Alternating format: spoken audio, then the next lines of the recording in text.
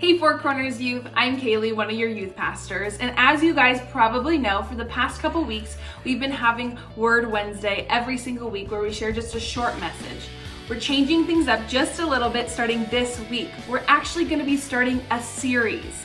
We're calling this series No Perfect People Allowed, and through this series, you're going to hear from a couple different people within our youth group about why they follow Jesus and why they continue to follow him every day. So come on, join me for week 1 of No Perfect People Allowed.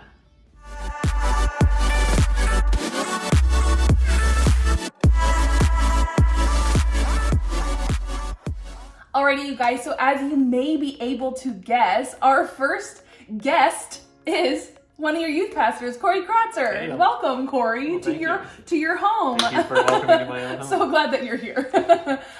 So this is going to kind of work in a similar way every single week. We're going to ask 3 basic questions, and I might ask a couple more in between just to get a little bit more info, just so we can really dig in and find out who our interviewee is and who Jesus is to them, and kind of how he's impacted their life and why they still choose to follow him. So our 3 questions are going to be this. 1, when did you first encounter church?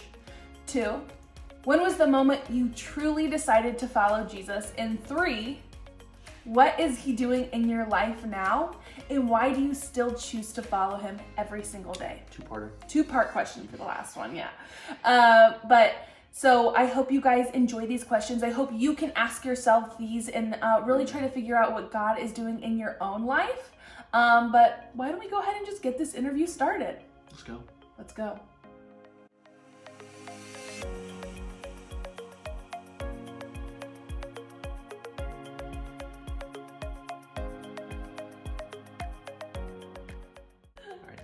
All right, Corey, so you know all of our questions. So first question, hopefully you've had time to think about this and kind of figure it out, but first question, when was the first time you encountered church?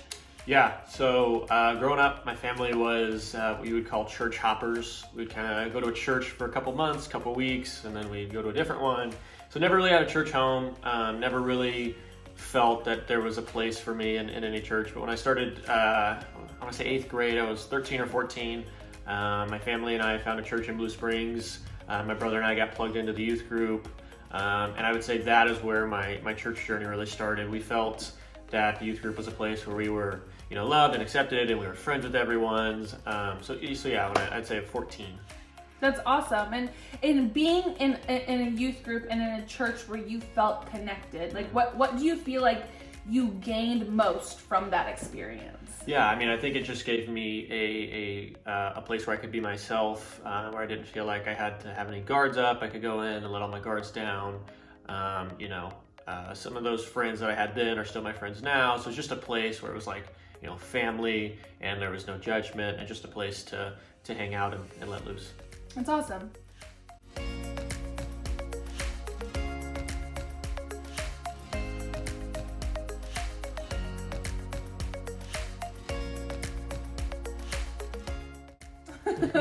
All right, so on to the second question. So when was it that you decided to follow Jesus for real? Yeah. So this is kind of a 2-part answer as well. Like I said, I started going to the church, really getting plugged in when I was about 14. I didn't really follow Jesus. I didn't really kind of fully understand or grasp it until I was about 16. And I can remember the moment when I first encountered Jesus and I guess first accepted and decided to follow him. We were at a church camp. It was a worship set. And I can just remember that moment very specifically. And I think a lot of people, have a similar story to this where you could kind of put your finger on that moment, but it's really hard to explain what it is. And I think for me, it was just like an overwhelming sense of joy and peace. And I think by myself just letting my guard down and just, fully, accepting and chasing after Jesus, that's when that started. And then, for the next couple of years, I was pretty on fire for God. I was doing Bible studies and I was reading my Bible and I was very consistent at church. But I still had a lot of questions and doubts. And I felt, with those doubts and those questions that I had, that meant there was something wrong with me or that my faith was illegitimate. So that kind of drove me away for probably the next year of my life, where I didn't really, I wouldn't say I was following Jesus. I wasn't really involved in a church. But then there's a moment, we can talk more about this another time, but when Kayla and I were together, it's about 5 or 6 years ago now, and where it became real again. I knew what I was doing was wrong, and I basically given up on feeling like my doubts and my questions discounted me, and I just accepted Jesus' love for me, and even through those doubts and those questions that I have and still have to this day, this journey isn't going to get any easier as you walk with Jesus. You're still going to have questions. You're still going to read things and be like, I don't understand. But just allowing, Jesus to fully love and accept me, and even through all of my questions, still pursuing Him and still chasing after Him. I think, I guess if that answers your question. So about 5 or 6 years ago. No, that's really good, and I love that whole piece on doubt, because it isn't until you really face your doubts that true faith comes in. Yeah. Because even in uncertainty, you still know the truth of who Jesus is and His love for you. So that's really cool. Yeah, and I definitely, Jesus is big enough. He can handle your questions and your doubts. Don't feel like that discounts you. He'll be there through those. Just keep leaning in.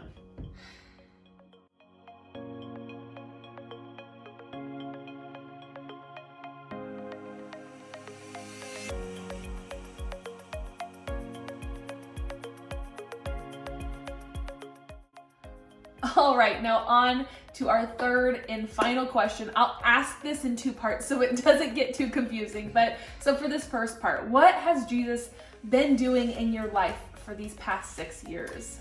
Yeah, I think the biggest, evidence or what I would point to is that He has changed sort of my view of the people around me. I think before I started following Jesus, I was jaded and very self-centered. I didn't like to think of others, especially not before myself. I was chasing, what would make me happy or what would be best for me. And I think through all of this, Jesus has just, He's peeled away at those layers, and now He's given me, I would say, a passion and caring and a sense of, worrying about others before myself. And I think just every person that you encounter, that I encounter, it's, how does Jesus see this person, or how should I see this person? And don't let my personal, whatever it is, get in the way of that. But I need to view each person, and I think that's what Jesus has done, is that now I can view each person, a little more every day through His eyes and not my own. That's good. I love that. I love that so much. And then my third and final part B to the third question is just, why do you choose to wake up every morning and continue to follow Him? Yeah, I think for me it is a sense of realness and wholeness that you get when you follow Jesus. And like I said, those questions and all that stuff, that stuff doesn't go away, but it's being able to lean into Jesus through all of my struggles. And He gives me this overwhelming, like I said earlier, sense of peace and joy. And even when, life around me feels chaotic or whatever it is, that He is still the center, and He is still a rock, and He is holding me firm and holding me together and allowing me to kind of express my concerns and just be myself. And I can still rely on Him and chase Him. And, sometimes it doesn't make sense what's going on in your life, but just having Jesus there for you every day is what keeps me going daily. That's awesome. I love that. Your answers were amazing, and they were very much so you, which I love. And guys, this is different for everybody. Not everybody is going to feel exactly the same way Corey felt or the same way I felt. We all have different stories, and Jesus is going to be working in our lives in very different but very real ways. So I'm excited for this series. Interview number 1 is down in the books. We are excited for week number 2 next week. We hope you guys will be back to join us for that. But in the meantime, we hope you guys have an awesome week this week. And we hope that you can just really begin to look at your own story in your own life. before we get out of here, we're going to pray, and then we'll see you guys next week. God, we thank you so much for each and every one of our students. Lord, we are so excited that there are so many of us right now who are just continuing or even starting this journey in a relationship with you. Lord, I pray that when the times are tough, you can just show up in a very real way for our students to where they can just feel you and to know that you are there for them through thick, through thin, through the good and the bad. You are here and you are real and you love us so much. Lord, I'm so excited to see all of our students again. So I pray that you just lay your hands on all of us. Just protect us, keep us safe, and keep us healthy in this season. We love you and we give all of this to you, Lord. Amen. Amen.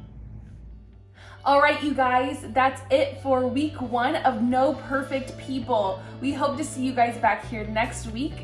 We thank you so much for joining us. All right. Bye, guys. Bye. Bye.